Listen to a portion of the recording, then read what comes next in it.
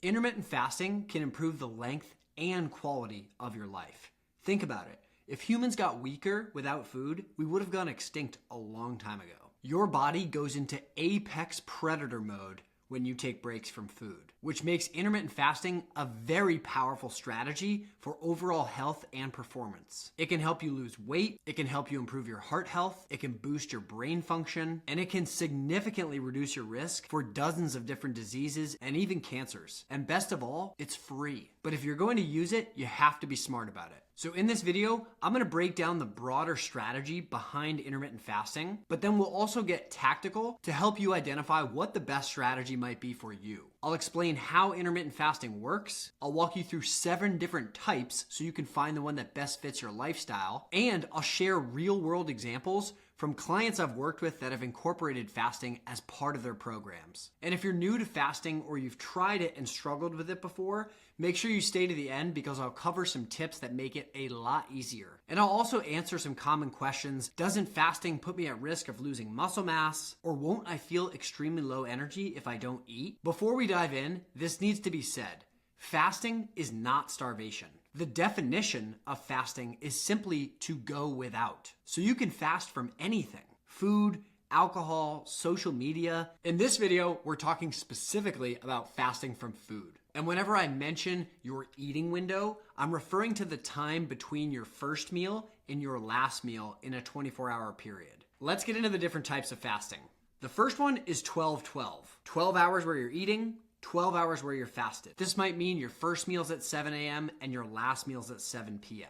And this method is perfect for beginners. A lot of people are doing this without even realizing it. It aligns with your natural circadian rhythm, and it helps with digestion and sleep and regulating your metabolism without being overly restrictive. The next one on the list is 14-10, which is 14 hours fasted, 10-hour eating window, meaning your first meal might be at 9 a.m. and your last meal might be at 7 p.m. This method can start helping improve your insulin sensitivity, help you start to regulate blood sugar, and it's great for maintaining weight and avoiding energy crashes throughout the day. After 14-10, the next method is 16-8. 16 hours of fasting, 8-hour eating window, meaning your first meal might be at 11 a.m., your last meal might be at 7 p.m. This method is pretty effective for fat loss. And when it's combined with strength training, it's great at supporting lean muscle mass. It also starts to trigger autophagy, which is the recycling of old or damaged cells in your body, and it can improve your metabolic health.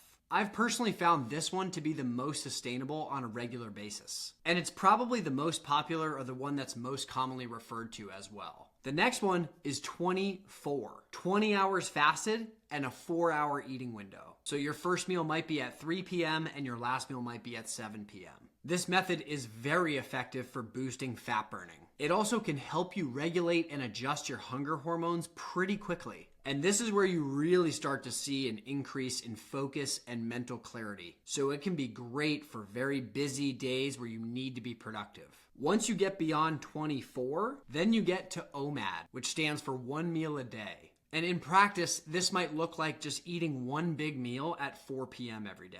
This method is extremely effective for rapid weight loss. It also promotes extended autophagy, so it's great for recycling those old or more damaged cells and just overall repair within the body. I personally find this one to be a really powerful strategy for helping reset or protect your metabolism when you've had a day prior where you may have overindulged. This also significantly enhances your focus, but it's best for those out there that are comfortable with fasting already and aiming for really transformative results. So now we've covered a couple different types of fasting that fit within a 24-hour period, but there are a few other types you should be aware of. One of them is meal skipping, meaning you might eat one meal at 8 a.m. and one meal at 4 p.m. And on paper, this might seem the same as having an 8-hour eating window, but the thing is, it doesn't stay consistent from day to day. This method can help you tune into the hormones behind your cravings and really get a sense for your true hunger signals. And it works pretty well when you're traveling or you've overeaten.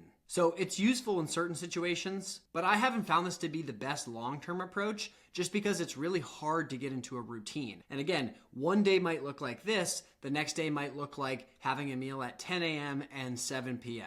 For those that like routines, this probably isn't the option for you. And similar to meal skipping, there's another method called 5-2, which is basically day skipping. So you'd eat normally for 5 days of the week, and you'd pick 2 days to do a 24-hour fast, or basically OMAD, on those days. Now this method can be challenging, but it's really effective at helping you burn fat while maintaining muscle. It can also help you manage your cravings and pretty drastically increase your willpower. It is a little bit more intense, but very effective when it comes to maintaining or gaining metabolic flexibility, which is the ability to switch easily between burning fats and burning carbohydrates for energy. So those are 7 of the most popular fasting methods, but I'll also give you another one as a bonus because it needs to be mentioned. And that's extended fasting, meaning you are not eating for longer than a 24-hour period. But here's the key.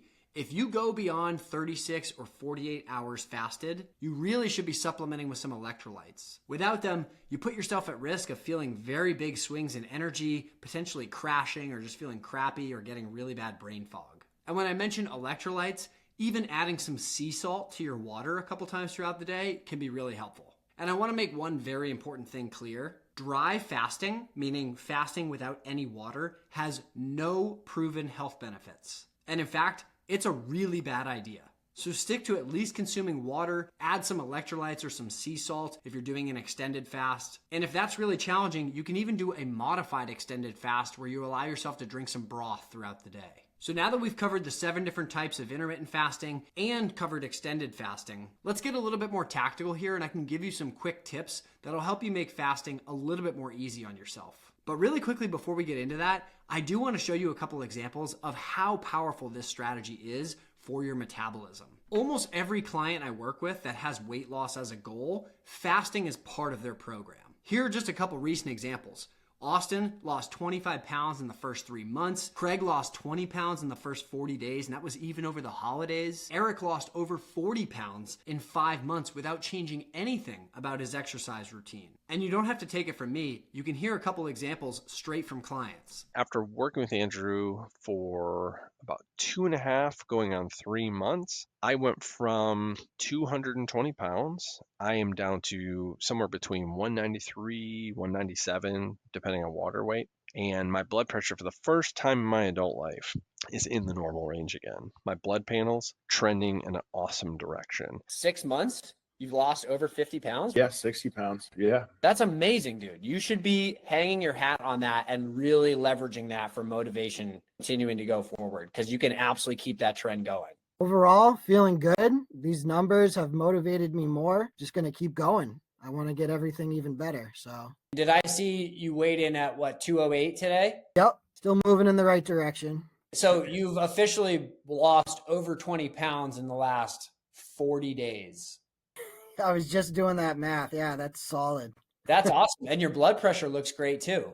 All right, back to the tactical section. Here are 5 tips that will help you make fasting significantly easier. Tip number 1 is to start slowly and gradually shrink your eating window. Your hunger hormones adjust by roughly 30 to 45 minutes each day. So by adjusting your eating window and shrinking it over time, you allow your hunger hormones to adjust. Therefore, hunger is much more manageable during the period of the day when you're fasting. And you could literally go straight down the list, starting with 12-12, then 14-10, then 16-8, and so on. Tip number 2, start your day with a tall glass of water and add a shot of apple cider vinegar into it. This will help improve your digestion, it can curb hunger cravings, and it can even stimulate quicker fat burning. Tip number 3 is to add a little bit of 100% lemon juice to your water throughout the day. This can be a nice change of pace to drink something that has some taste to it, and it also provides your body with some antioxidants. So it enhances the cleansing element of fasting.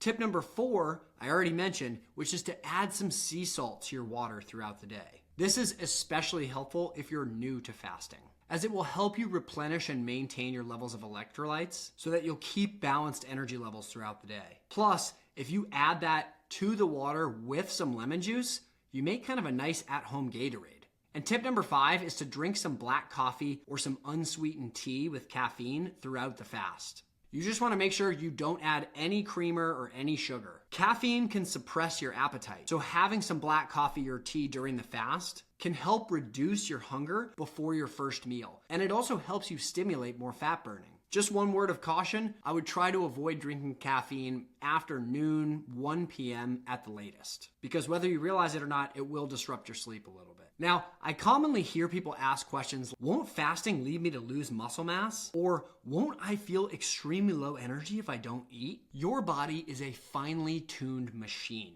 We would have died off a long time ago as a species if your body wanted to eat your muscle mass before it ate your fat tissue. And as long as we're not talking about an extended fast of 3 or more days, and during your eating window you're getting enough protein, you have nothing to worry about. I personally recommend targeting anywhere from 0.6 to 1 grams per pound of your target body weight during your eating window if you're really concerned about this. And the difference between the 0.6 and the 1 gram just depends on your level of activity and whether or not you're doing something like strength training. And as far as energy goes, fat is a much cleaner and more sustainable source of energy. And if you've been overeating carbohydrates, it can take a little bit of time for your body to become fat adapted, but you should actually start to feel an increase in energy and especially mental clarity and focus when you're fasting. If you do it right, the transition period really shouldn't last more than a day or two. I highly recommend trying some form of intermittent fasting if you're not already. Unless you are extremely low weight or underweight, then it will do more harm than good. So just be smart about it. I hope this was helpful, and if you want more content like this, be sure to like and subscribe.